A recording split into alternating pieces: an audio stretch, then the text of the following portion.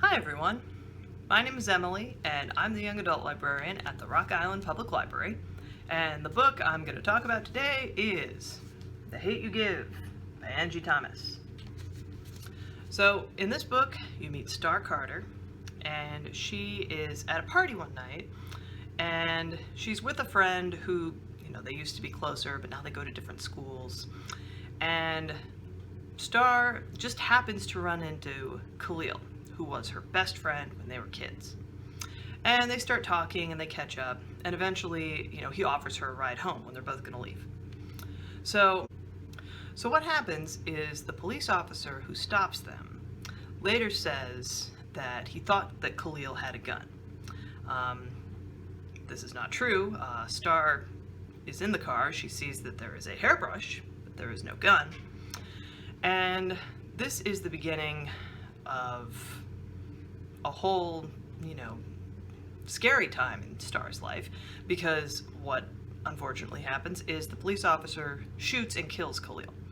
And even Star, she's like ordered out of the car and has to put her hands up, and an ambulance comes and takes Khalil's body away, and Star's parents come, they bring her home, but her friend has died. And pretty quickly what happens is, unfortunately, in the news cycle, the usual thing that happens. People are looking for excuses for, why Khalil, he was a drug dealer, and he had a gun in his car, the officer was scared, he didn't know what would happen. And Star was there. Star is a kid. She's in high school, and Khalil was a kid too.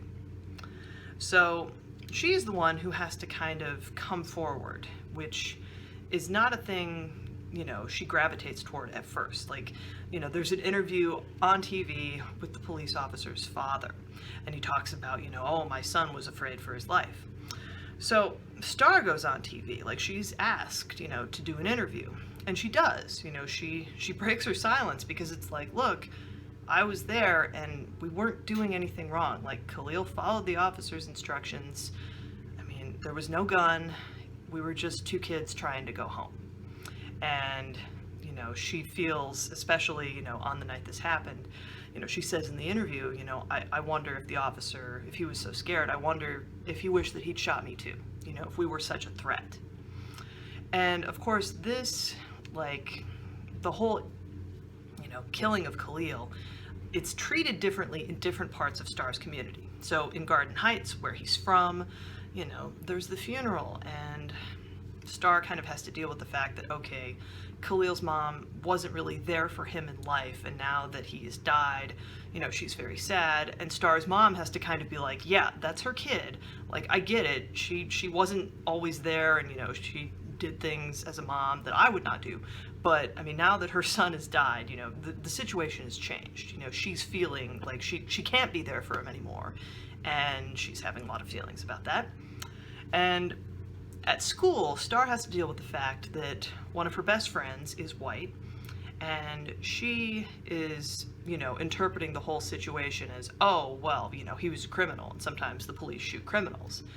And, aside from the whole idea that people should have the right to a fair trial, and be accused of a crime and not just murdered in the street, Star has to deal with the fact that, okay, this person who, has been important to me for the past few years, now I'm recognizing a lot of the racist stuff she says, and it's not okay.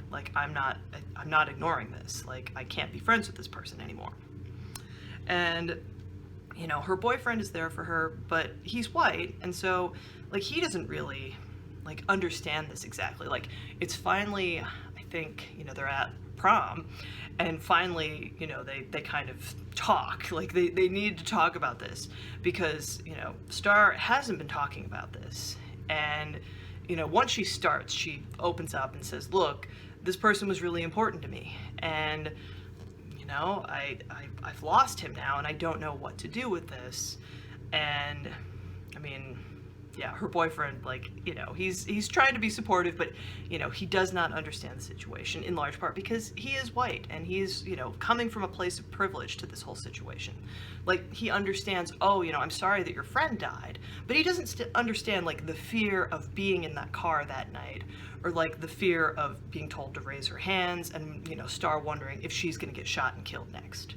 You know, just, he can't feel this. He doesn't have, like, the life experience. But, I mean, ultimately, you know, Star, after it's announced by, like, the prosecutor that no charges are going to be pressed against this officer who killed Khalil, there's this big protest in Star's neighborhood. And she and her boyfriend and her older brother, Seven, and another friend, like, they're out there that night. And they're trying to figure out, okay, well, I mean, Star speaks up, you know, she's given a megaphone at this demonstration and, you know, talks about her side of how Khalil didn't deserve to die, this is not right, this is not fair. I understand, like, my uncle's a cop, like, I get it, not all cops murder people, but there need to be consequences when a cop kills somebody and there's no trial, there's no justice, there's nothing. And, I mean, just, like, trying to get home that night, like, this is, like, the end of the book, where, you know, what happens is they go back to the family store, like Star's family, Star and Seven, their dad runs the store in their neighborhood, and there's a guy from the King Lords, this is the gang that Star's dad was in years ago, and, I mean, his dad was in it, like, it goes back a long time. King, you know, the leader of this group, he actually starts a fire, and the kids are trapped inside. So the end of the book is them trying to escape that, like, just to survive this night. And if you've heard about this book, probably, you know, if you watch book talks by me, you know that Angie Thomas, she came out with the prequel earlier this year about Maverick Carter, who is Star's dad, and his life, you know, when he's, like, just kind of at the time where he's finishing high school, like, he's hoping to graduate, but his girlfriend, Lisa, is pregnant with Star, and Seven's, like, just been born. And so it's this thing of, okay, like, I want to get out of the life I've been in. Like, my dad's in jail, and I know, like, I want a different life for me and my kids. So how do I make that happen? And the book, it's like, I love the hate you give from this perspective, because you really like Maverick, like, you love Star, she's, you know, at the center of this story, but you love all the characters, like, you love her family and her friends, like, the people who are there for her in this time. And, like, Maverick is somebody where, yeah, you want to know more at the end of this book, so you get to in that prequel.